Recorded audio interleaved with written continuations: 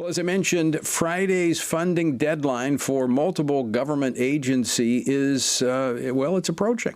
Leaders from both chambers of Congress will meet with President Biden tomorrow at the White House after negotiations throughout the weekend failed to net an agreement. According to House Speaker Mike Johnson, much of the delay can be attributed to new spending demands from Democrats. Now, this comes at a time when the Biden administration has asked for additional emergency spending that includes more than $60 billion for war aid to Ukraine. And that apparently is what he's going to be pressing the House Speaker for tomorrow. Now, here's the question. Why should we even be talking about funding Ukraine when funding for our own government is in question? Joining me now to discuss this is Congressman Ron Estes. He serves on the House Committee on Ways and Means and the House Budget Committee. He represents the 4th Congressional District of Kansas. Congressman Estes, welcome back to Washington Watch. Thanks so much for joining us today. Well, thank you. It's good to be back. So when Congress returns this week, the appropriations bills will be top priority. I think you've made seventh of the 12 through the process. What do you expect is going to happen this week? Yeah. Seven of the 12 have passed through the House. Unfortunately, nothing has been passed into law through the House and the Senate. And so at the end of this week, 4 of the 12 appropriations bills expire based on the continuing resolution that's set out there. And so what's really appalling to me and concerning as we look at it is the administration and the Senate doesn't want to focus on how do we keep America running forward and not busting the debt. I mean, we're already seeing we're $34 trillion in debt. That's a sharp run up, and it's growing by about $2 trillion a year through that process. And we've got to do some things differently. We've got to focus on how do we rein in the spending. We're receiving more in tax revenue that we've been receiving. And unfortunately, instead, they're trying to play games. And we see the Senate would not pass a bill to protect our southern border. Instead, they want to fund money through special supplemental instead of finishing appropriations to fund our own government and to fund our southern border.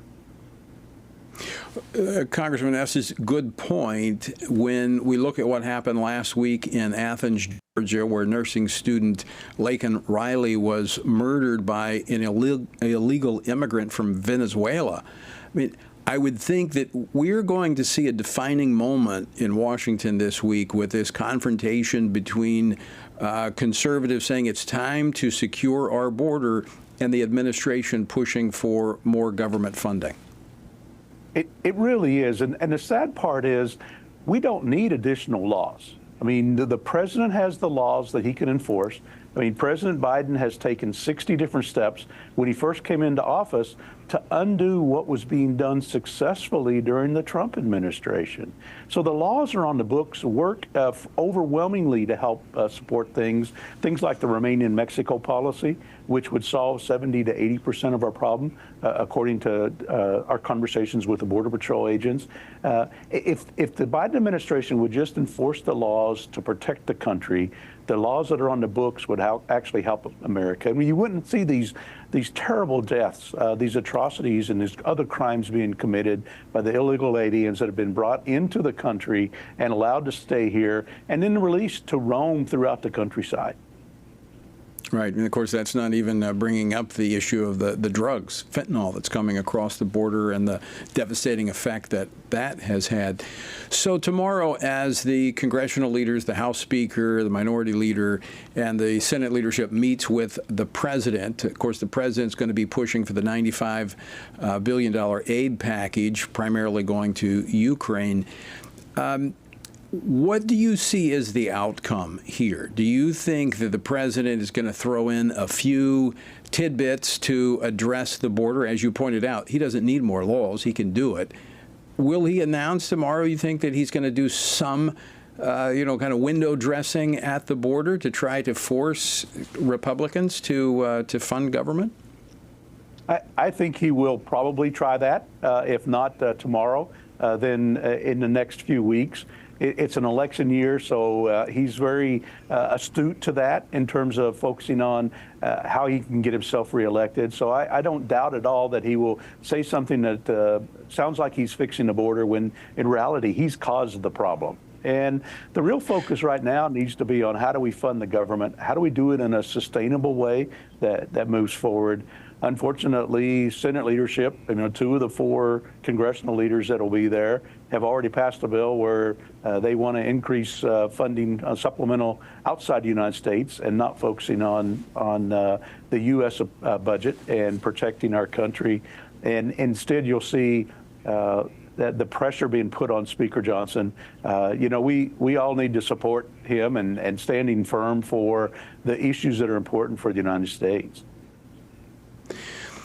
So with these appropriations bills, as you said, the House has moved 7 of the 12. None have gone all the way through the process. The clock is ticking. What do you think is going to be the likely outcome? I mean, the options are, somehow the Senate goes to work, which I haven't done in a while, so I doubt that's going to happen. There's going to be another continuing resolution funding government. I doubt that's going to happen because if you do a CR through the end of the year, it triggers budget cuts, not big, but about a 1% reduction.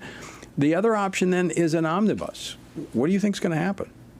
Yeah, you're right. Those are kind of the 3 options to look at: is a year-long CR, which has a relatively modest 1% cut in spending, or shutting the government down, which, although it may address some concerns that we have, it doesn't actually solve the problems, and so we've got to focus on how do we do the appropriations.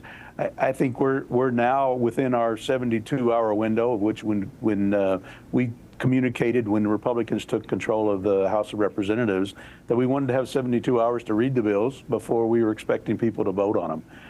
I would not be surprised if a short-term continuing resolution is what comes out of the discussions this week, because it seems like the president and the Senate leadership's not stepping up to help resolve this issue, to help it move forward.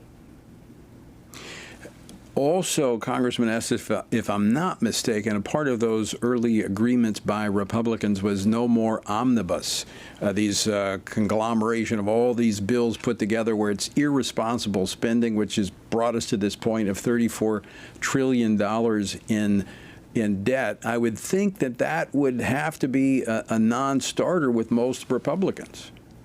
It really is problematic because, the normal bad habit that's been going on for the last 20 plus years is that the appropriations would not be finalized by September 30th, when they should be done by, and therefore we have a continuing resolution. Usually it backed up to Christmas and the holiday season, in which case the pressure point became so great, and then the omnibus was brought up.